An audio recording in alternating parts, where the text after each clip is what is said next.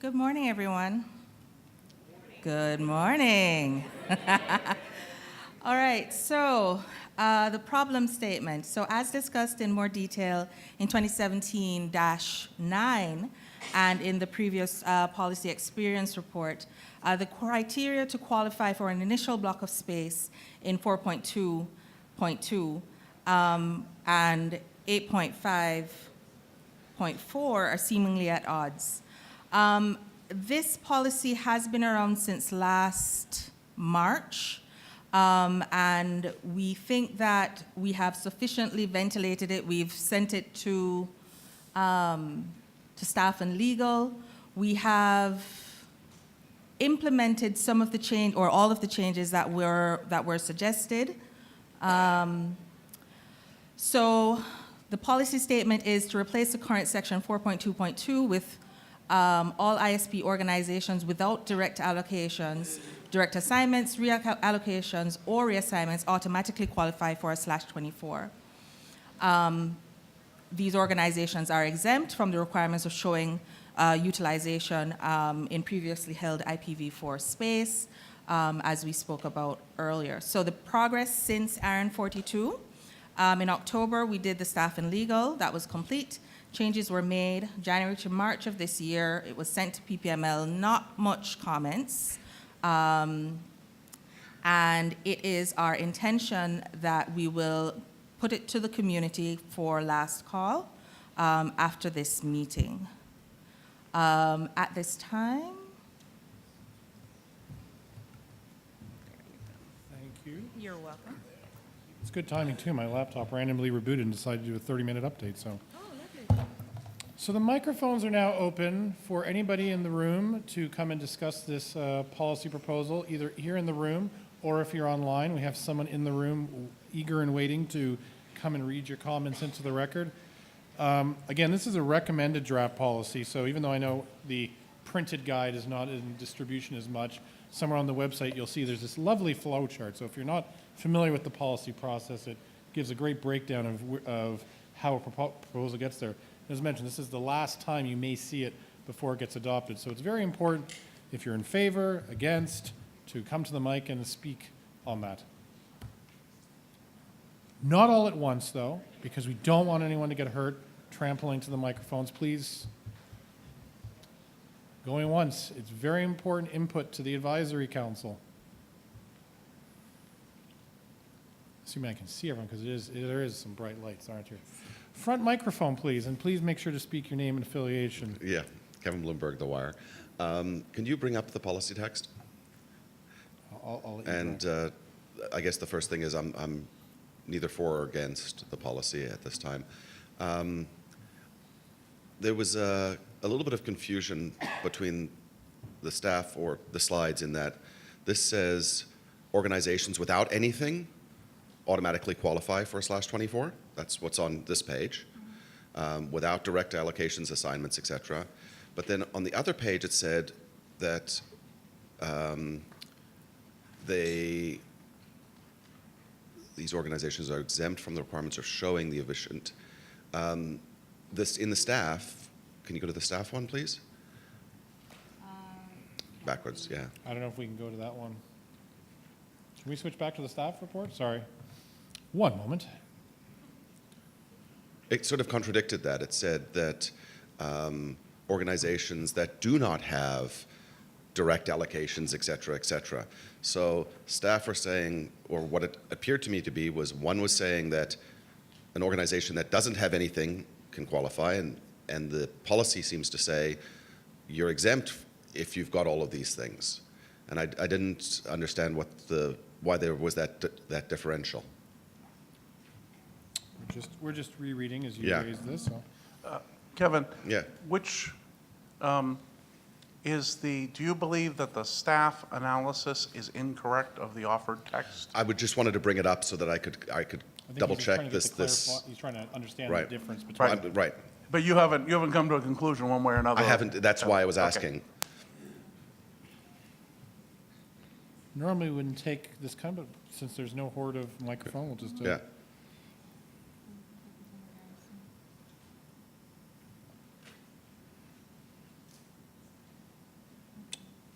All right, there we are. Is this the one that where you're? So, yeah, first of all, they say must show efficient utilization of their current resources. So that is in contradiction to the actual policy itself, which says you qualify.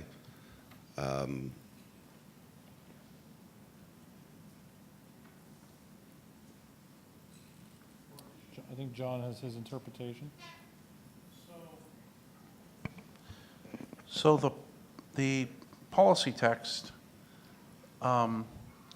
says all ISP organizations without direct assignments allocations from ARINs qualify for an initial allocation up to a 21, depending on ARIN's minimum size. That's the existing text, correct? The 21. No, that's the That's proposed that's text. the policy statement as That's written. policy text, okay. And so the staff says, you're asking about efficient utilization of current resources.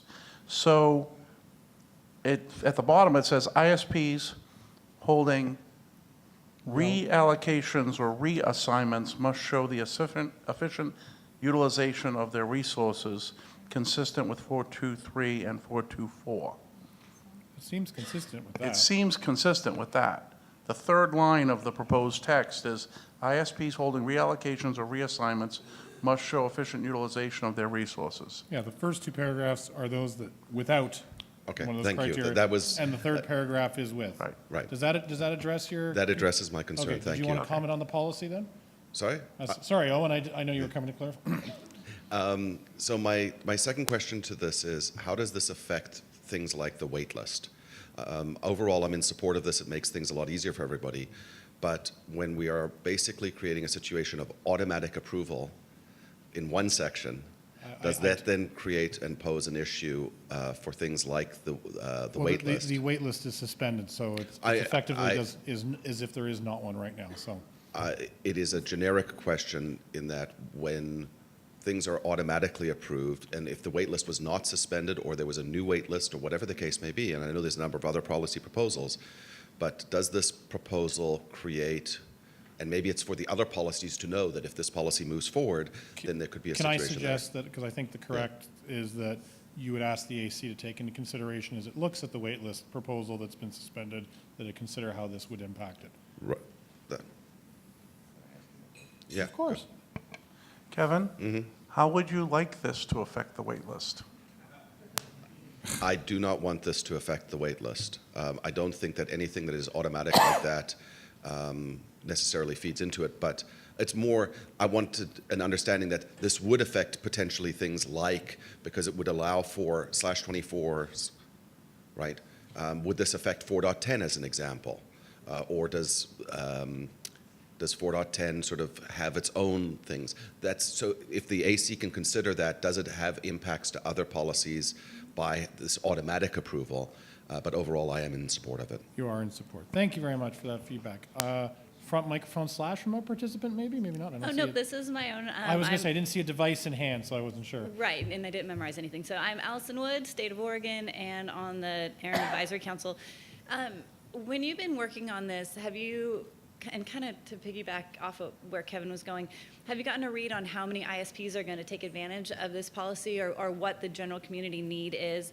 Are we going to get just a flood of ISPs coming in asking for /24, or is this going to be kind of a onesie-twosie thing where we are making it easier for the community, but we don't have a tremendous amount of ISPs that are needing space right now? So I think John Sweeting would probably be the best answer since they are on John the Sweeting phone. with ARIN. This is initial, so ISPs that are there, this is for a new ISP that is starting out that has no IP space. They can initially qualify for a /24 by the basis that they are an ISP that it wants to provide service. So it's just the initial. So the effect, yeah, it would affect the wait list, but it's just the initial. Correct. Have you had a lot of people coming in and wanting it? Do we have like a date on the number of initials that are, we're kind of even a? I don't have it off the top of my head, but I can get it. Okay. Front microphone. think Andrew it's the Dahl, front microphone, isn't it? Aaron AC. I'd like to remind the group that the genesis of this policy is to fix a discrepancy between the transfer policy and effectively the waitlist policy, wherein there are two different requirements for an initial ISP depending on if you pull the transfer button first or if you pull the waitlist button first. And the goal of this is to harmonize it so it doesn't matter if you apply under Section 4, the previous waitlist policy, or if you went to go get approved for a transfer, the rules would be the same. That's the goal of this, is to make it the same for transfers and for waitlist or whatever. And are you in favor or I am in opposed? favor of the policy as written. Thank you, Andrew. Front microphone again. Thank This you. time holding a device, so Yeah, remote participant. Remote participant Brian Jones wanted to state that he supports 2018-2 as written. Thank you, Brian Jones. I have depleted my source of speakers, so I would ask if you are online to start typing feverishly, or if you're in the room and want to be able to have comments, to approach a microphone quickly. After I close the microphones shortly, we will then go to a poll, a show of hands on those that support and those are against. And we will be closing the microphones at the end of this next comment. Thank you. Jeremy Austin also states that he supports the policy. Thank you to that remote participant. And with that, if you don't, I'll just give the remote participant, is there anything look like it's being typed? Nope.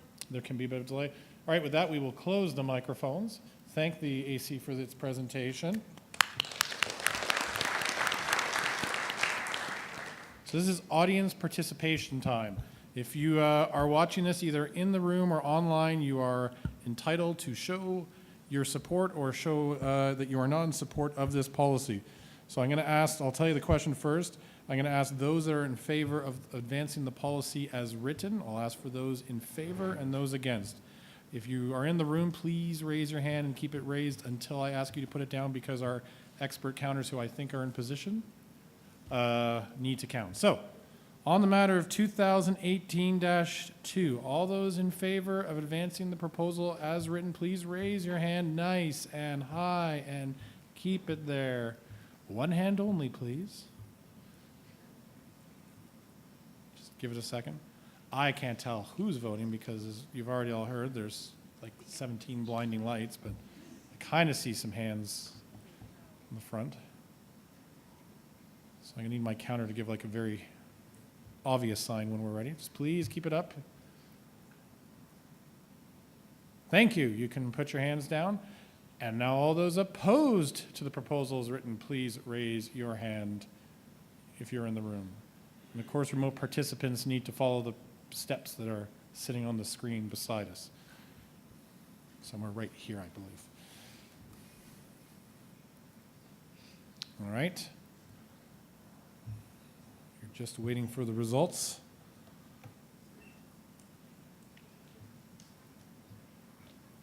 Tonight is social night, correct?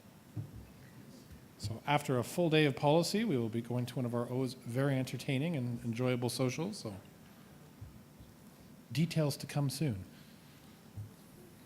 All right, I see the envelope on its way down.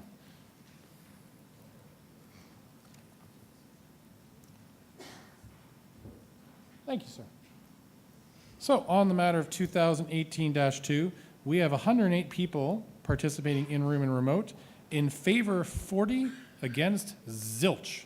This will be provided to the AC for their consideration. Thank you.